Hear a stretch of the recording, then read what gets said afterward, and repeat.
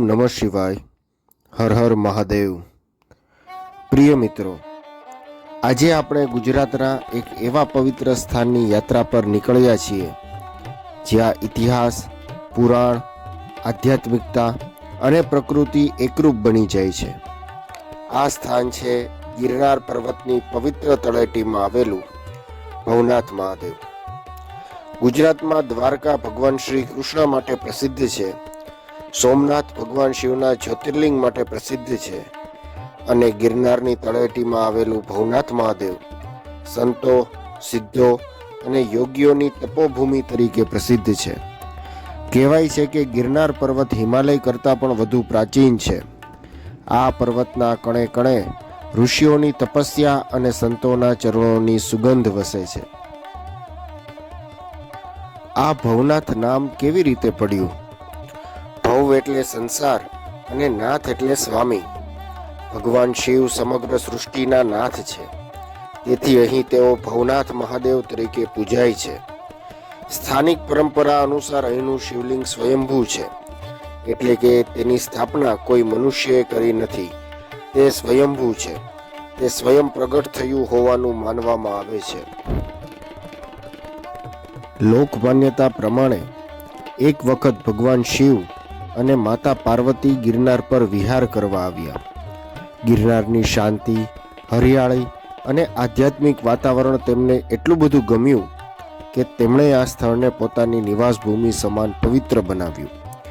એવું પણ કહેવાય છે કે અનેક દેવતાઓએ અહીં ભગવાન શિવની ઉપાસના કરી હતી અને ત્યારથી આ સ્થળ સિદ્ધભૂમિ તરીકે પ્રસિદ્ધ બન્યું છે. ભવનાથનું મહત્વ માત્ર શિવ સુધી મર્યાદિત નથી. ગિરનારના શિખર પર ભગવાન દત્તાત્રેયની પવિત્ર પાદુકાઓ આવેલી છે.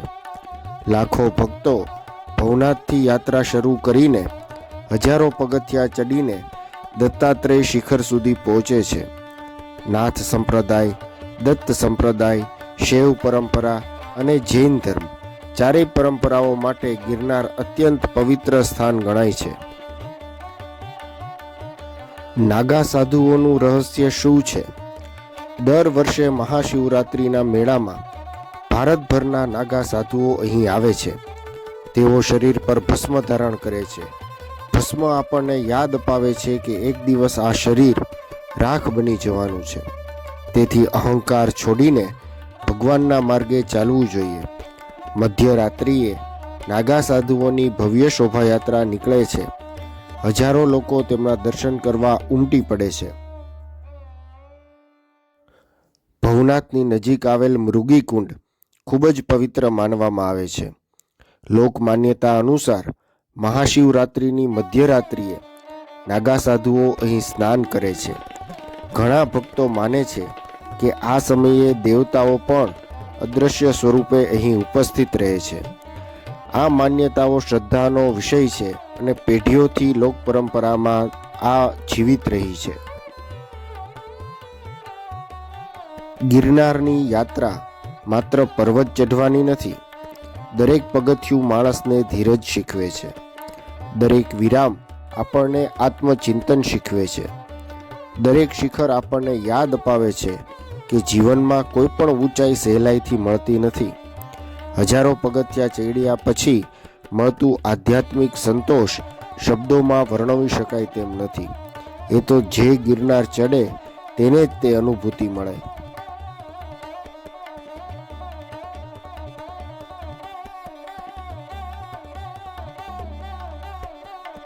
ભવનાથ આપણને શીખવે છે, અહંકાર છોડો, પ્રકૃતિ સાથે જોડાઓ, સંતોના જીવનમાંથી પ્રેરણા લો, ભગવાન પ્રત્યે શ્રદ્ધા રાખો અને જીવનને સેવા, કરુણા અને સત્યના માર્ગે જીવો.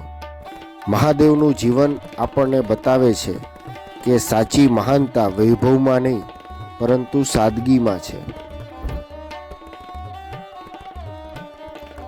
ભવનાથ માત્ર એક મંદિર નથી, પરંતુ તે ભારતીય સંસ્કૃતિ, શૈવ પરંપરા અને આધ્યાત્મિક સાધનાનું જીવંત પ્રતીક છે.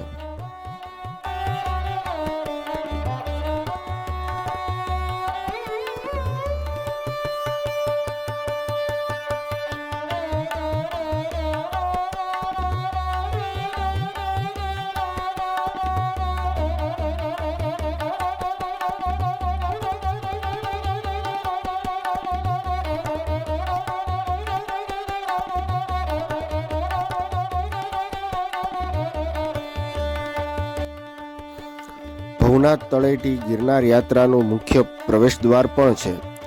અહીંથી જ હજારો પગથિયા ચડીને યાત્રાળુઓ અંબાજી, ગોરખનાથ અને ભગવાન દત્તાત્રેયના શિખરો સુધી પહોંચે છે.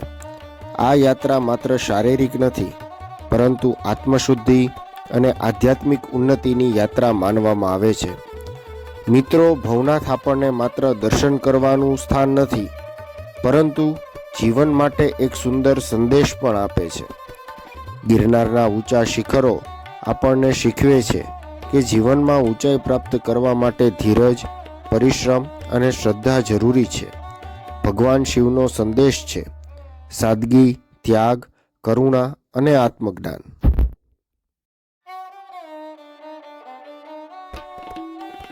આપણે જ્યારે પણ ભવનાથ જઈએ ત્યારે માત્ર પ્રવાસી બનીને નહીં, પરંતુ શ્રદ્ધાળુ બનીને જઈએ. ત્યાંની સ્વચ્છતા જાળવીએ, પ્રકૃતિનું રક્ષણ કરીએ અને આ પવિત્ર ધરતીની મહિમાનો અનુભવ કરીએ.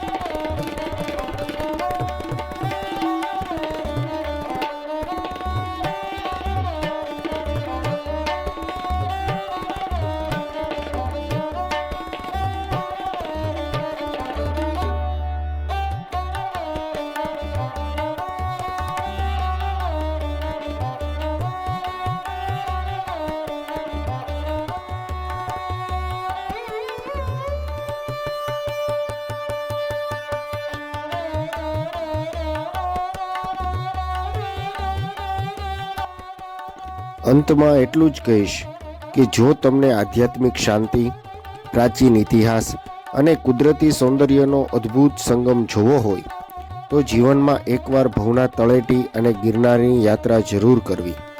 હર હર મહાદેવ. આ વિડીયો તમને પસંદ આવ્યો હોય તો લાઈક કરો, શેર કરો અને અમારી ચેનલને સબસ્ક્રાઈબ કરવાનું ભૂલશો નહીં. ધન્યવાદ.